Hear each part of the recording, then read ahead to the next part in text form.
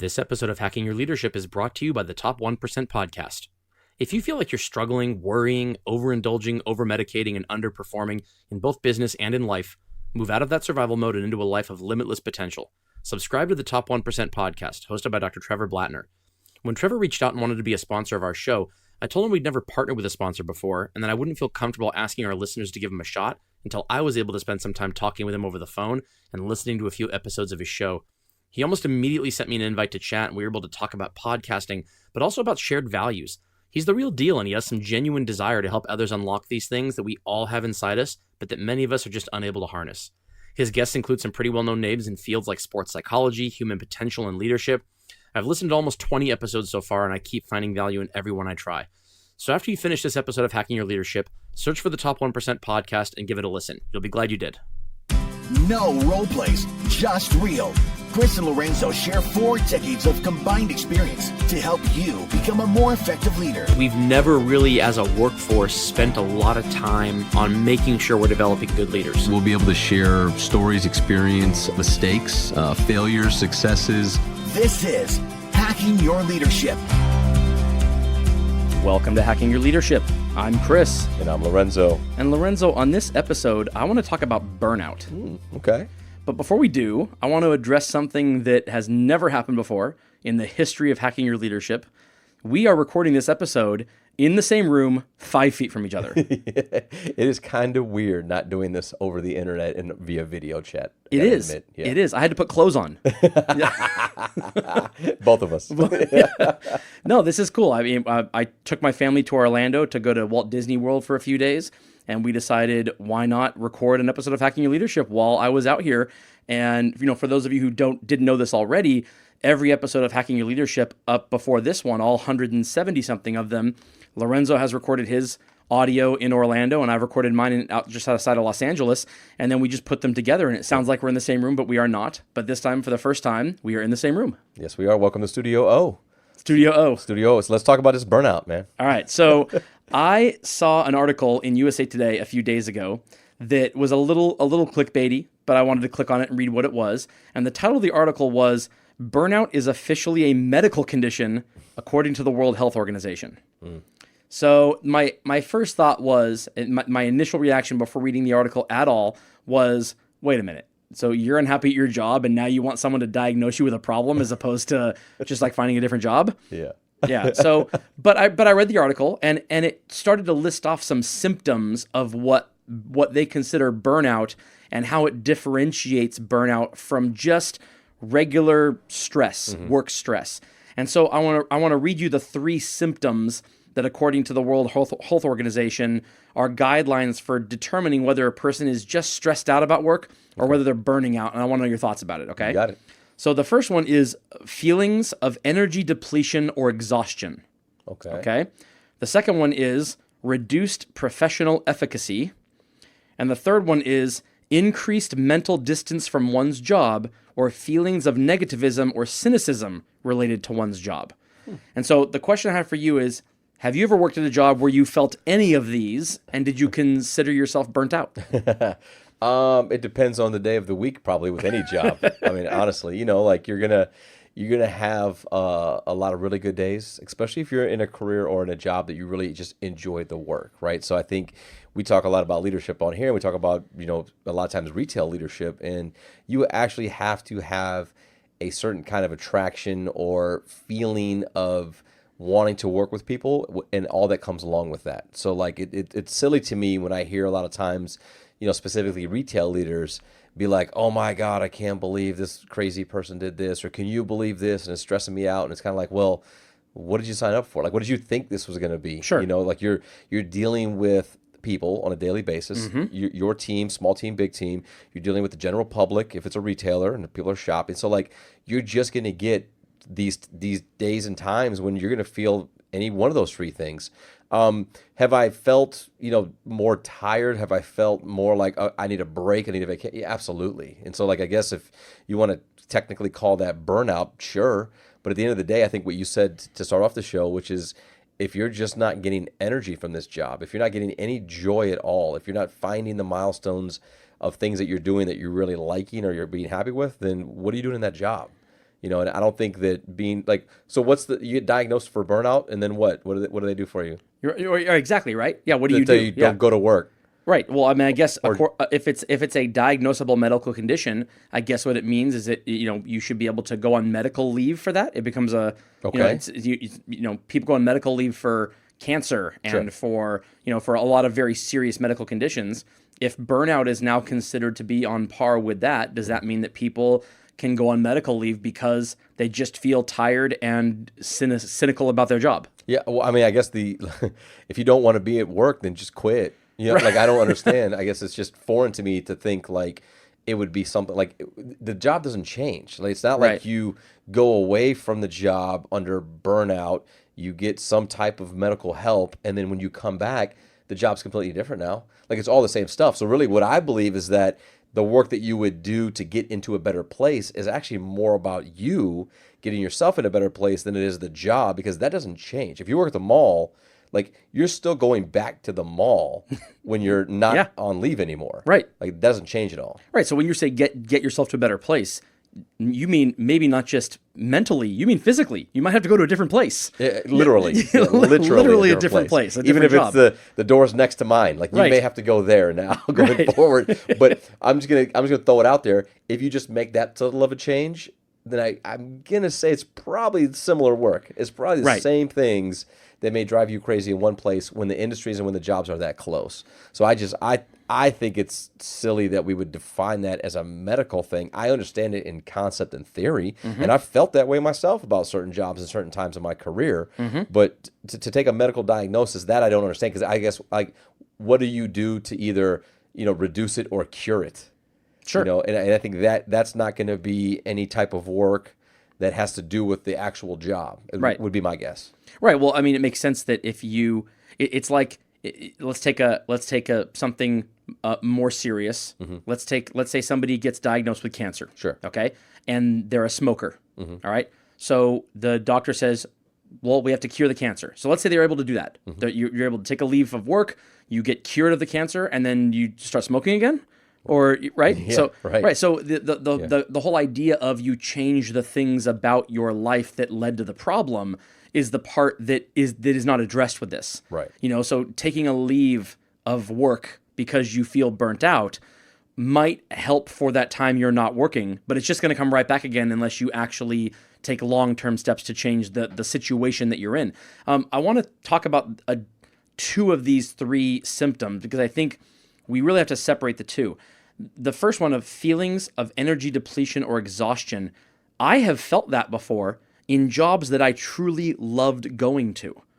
And I don't think that's a bad thing. Sure. I think sometimes when you are passionate about something that you love doing and you work hard for it, you can find yourself sacrificing other things in your life and having less of a balance because you're trying to either get ahead or make a name for yourself, or there's a project that lasted longer than you thought it was going to, but it was temporary.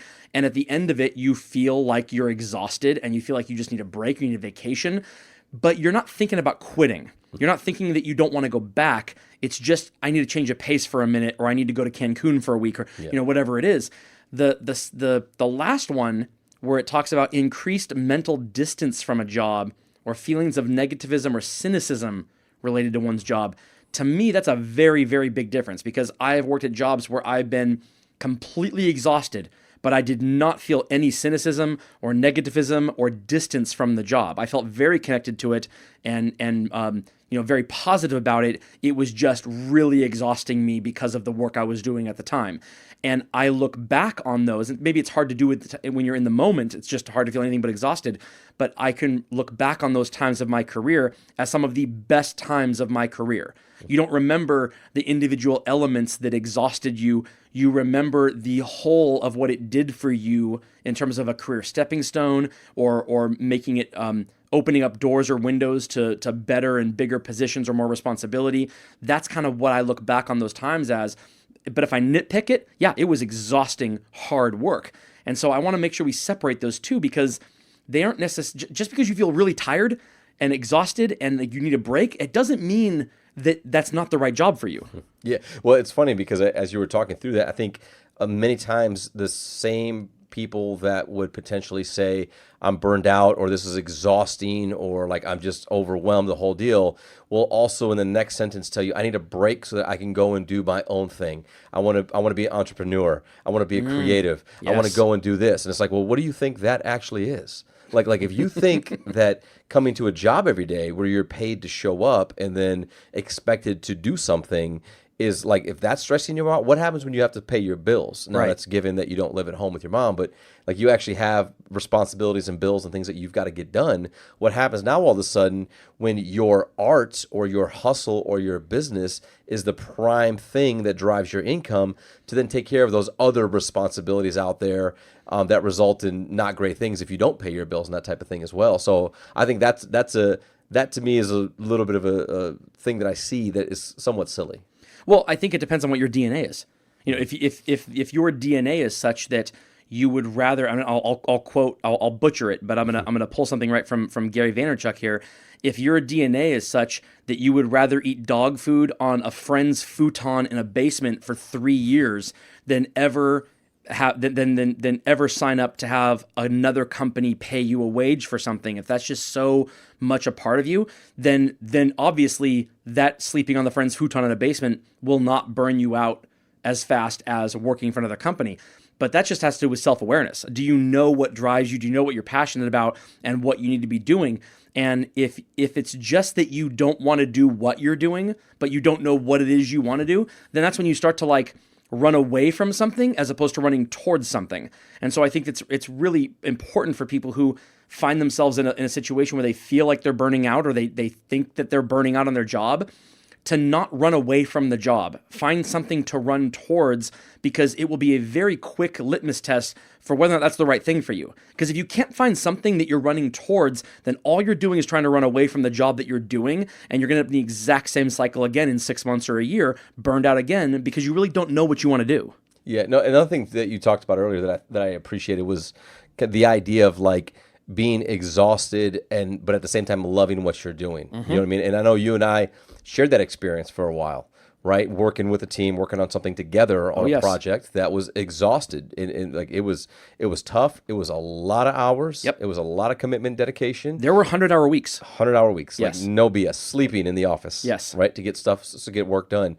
And that level of kind of commitment to the cause and you know, knowing the impact that work was having on not just a small team, but the greater organization. And then quite honestly, like, you know, providing us opportunities to better understand what has turned into elements of this podcast and things that we've talked about. Yes. You know, like our culture acronym, which is like one of the highest listened to downloaded episodes, right? Yep. Like that came from that team on a whiteboard, you know, dragging, exhausted, tired, sometimes frustrated, emotional, all those things. But at the end of the day, sharing that experience and knowing what the cause was for was enough to pull you through. So to your point, looking back on it, I can think about all the hard times, tough times stuff, but I'm more proud of the work that we got out of it, and knowing what I learned about myself, about a team, and about how to lead people was way more valuable than the really, really hard times at that point in our lives. Sure. If I had spent the same 100 hours a week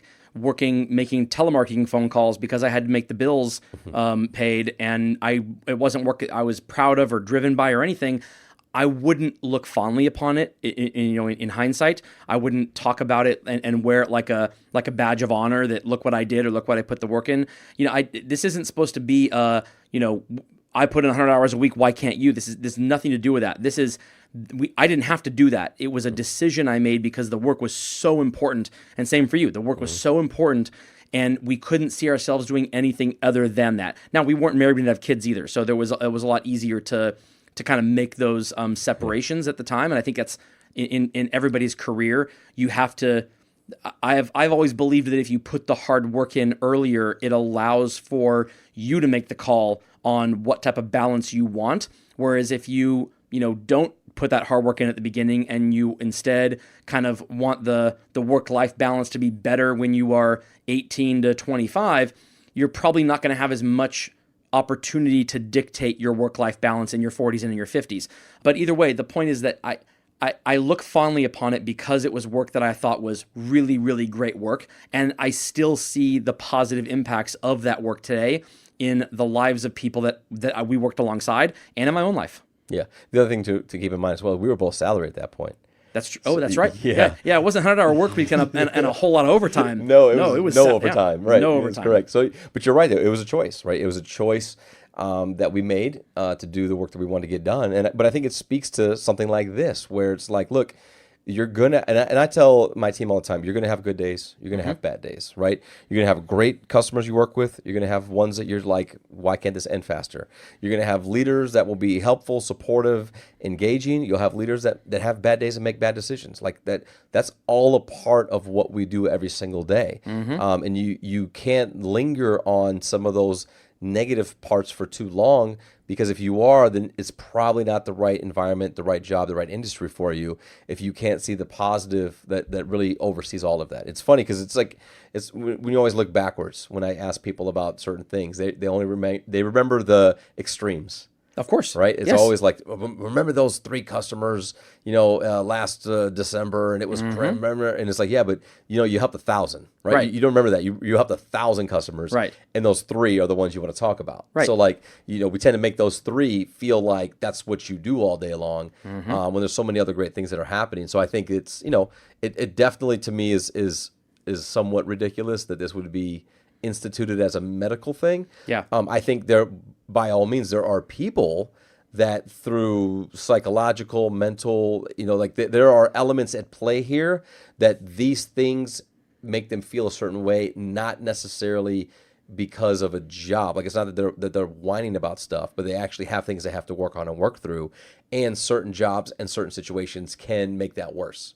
So I like, there are definitely reasons for people to go out on medical leaves and take this type of thing. Of course there is. But I think that for it to be a term like burnout specific to work, and like to have these definitions, to me is a little bit silly. Yeah, I think what it comes down to ultimately is, are there steps that you could be taking to make sure the problem doesn't return? So if what you need in order to solve the problem is time away from your job, and you believe that will truly solve the problem, and you can come back to your job and do the same job again and not have it happen again, to me, that doesn't mean you're burnt out. It just means that you're working too hard for the moment you need a vacation. If you're burnt out, you shouldn't be doing what you're doing. Because unless you have a situation where you can talk your boss into giving you a week off every month to make sure you recover from your 3 weeks that caused you the burnout, and then you come back to work again and start the cycle over again, it's not a good environment for you. And so that's the part that I don't love, is this idea that if once you say it's a medical condition, then it means it's something that can be solved by intervention by a third party or by outside forces. If you're burnt out on your job, the only person who can solve that is you. No, I completely agree. And with that, it brings us to this episode's 1 minute hack. The 1 minute hack. Okay, for this episode's 1 minute hack, here's what I want you to do. The next time you as a leader have an employee that approaches you and they tell you they feel like they're getting burnt out, or they're stressed about work, or they're just not happy at their job, what I want you to do is write down on a piece of paper a 2-column list. On one side, the column is going to be called internal. The other side, the column is going to be called external. And I want you and the employee to work together to list all of the factors that employee believes is causing them to feel burnt out. And you're going to put them either internal or external categories. So internal factors would be aspects of the job that are causing them to burn out. External category would be external factors that are causing them to burn out, meaning they're not spending enough time with their family. They're not having enough time to play the guitar if they want to play the guitar, or do whatever their hobby is. Things like their own personal attitude, that kind of thing. And at the end of that conversation, you see that list. If all of the factors that are causing that employee to feel burnt out are internal, no amount of time off or rest or relaxation is going to make that problem go away forever. It's going to start again the moment they return to work, or after they have that sabbatical or whatever it is. And that person probably needs to be coached into finding a different way of making a living. If the factors are all external, they don't feel like they have enough time, they don't feel like the doors are being opened for them professionally, these are things that you and the employee can work together on to solve. And so the first step of figuring out whether or not you as a leader have a role and a responsibility to help this employee get through this tough time is to decide whether or not this is something you can even help, because you don't want to spend time working with this employee on fixing a problem in the short term if it's going to return the moment they return back to work, if the job they're doing is just the nature of the job. Yeah, I think it's a great woman to hack, and I like the fact and understanding that like it's the conversation has to be both. Is that if it is something where it's all internal job related, then it might be like the spark of a larger issue, which is the culture, the environment that people are working in. If it's external, then obviously there's dialogue that needs to be had around just helping somebody that you lead get around a corner in life. And then if it's a balance of the two, then there's some deeper dialogue to have there. But I think that if you're hearing those terms from people, it is important not to just kind of roll your eyes and write it off, but seek to understand, have dialogue and conversation, and see what you can do to help solve them if they are great employees that are looking to just get better. Sure, if you have 20 direct reports and only one person is saying this and it's about internal factors, maybe that person's in the wrong job. If you have 20 direct reports and 18 of them are saying the same things about the internal factors, it's probably time to change some of those internal factors. Absolutely. And that brings us to the end of this episode. This is Hack Your Leadership. I'm Lorenzo. And I'm Chris. And we'll talk to you all next time.